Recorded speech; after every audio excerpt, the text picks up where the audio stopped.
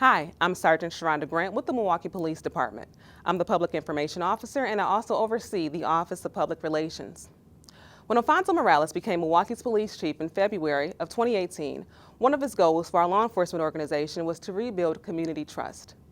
Recognizing that transparency facilitates increased trust between law enforcement officers and the community we serve, Chief Morales created what he has titled Community Briefings to provide information to the public regarding critical incidents that involve our agency. Community briefings are intended to provide you, our community, with relevant video footage, audio recordings, photographs, and other evidence regarding the incident based upon our understanding of an officer-involved shooting or other critical incident that involves members of our agency. Our goal is to release these briefings as soon as possible, unless releasing such information would jeopardize the integrity of the investigation. When watching this video, please keep in mind that this investigation may be active and ongoing. Nonetheless, the Milwaukee Police Department wants to brief our community regarding this incident. The images and information you are about to see are disturbing. For privacy purposes, we have concealed the identity of the citizens captured in this video. When police members use force to arrest the subject or defend against an attack, it can be graphic and difficult to watch. In addition, you may hear strong language used by those in this video. Viewer discretion is advised. Hello, I'm Tom Casper, Captain of the Homicide Division of the Milwaukee Police Department.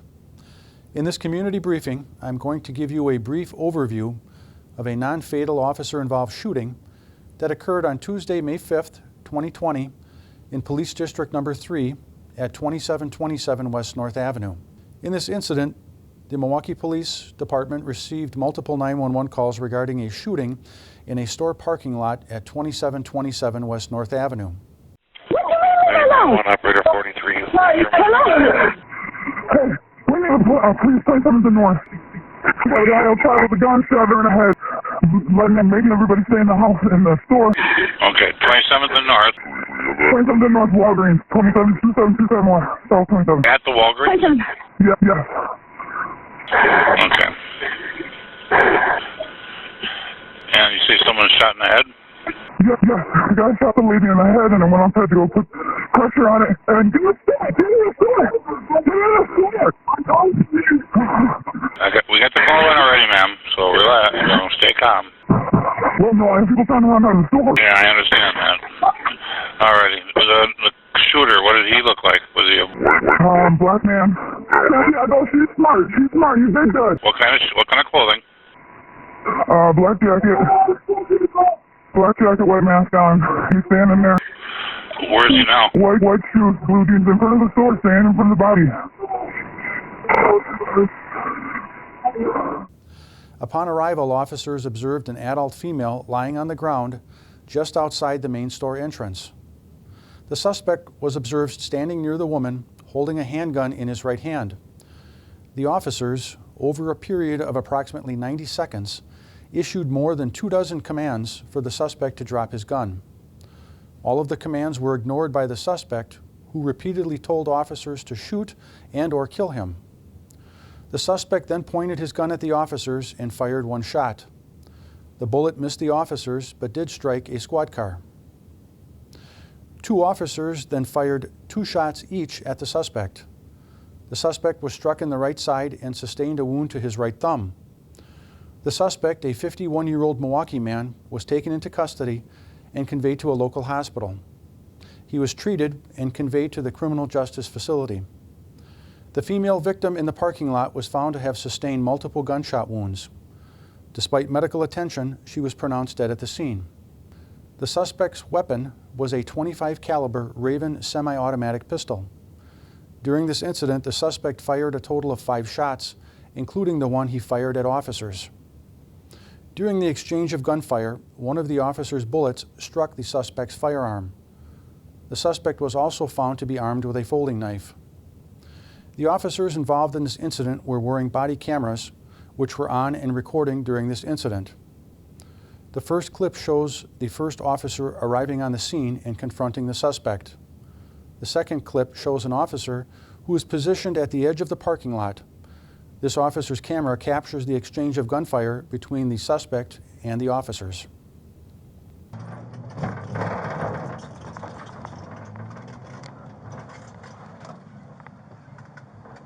for the supervisor, they send us to take a standing order. They could not say anyone here.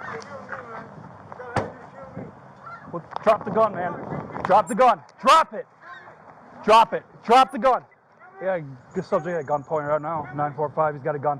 Drop the gun. Drop the gun, man. Just do it. Drop the gun. Drop it. Drop the gun.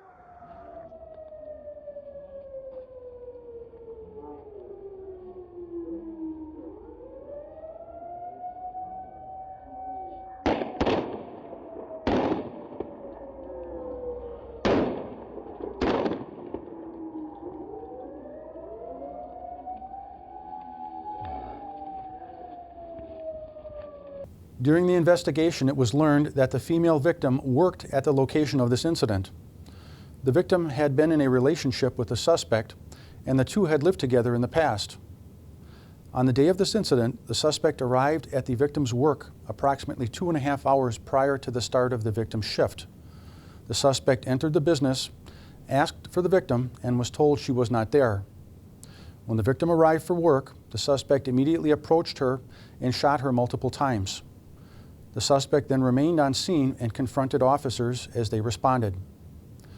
Because the use of deadly force by the officers did not result in a fatality, this incident was investigated by the homicide unit of the Milwaukee Police Department.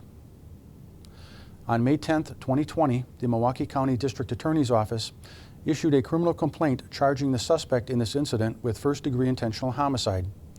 The suspect is currently in custody at the Criminal Justice Facility awaiting trial. The Milwaukee Police Department's Internal Affairs Division is also conducting an investigation, which is ongoing.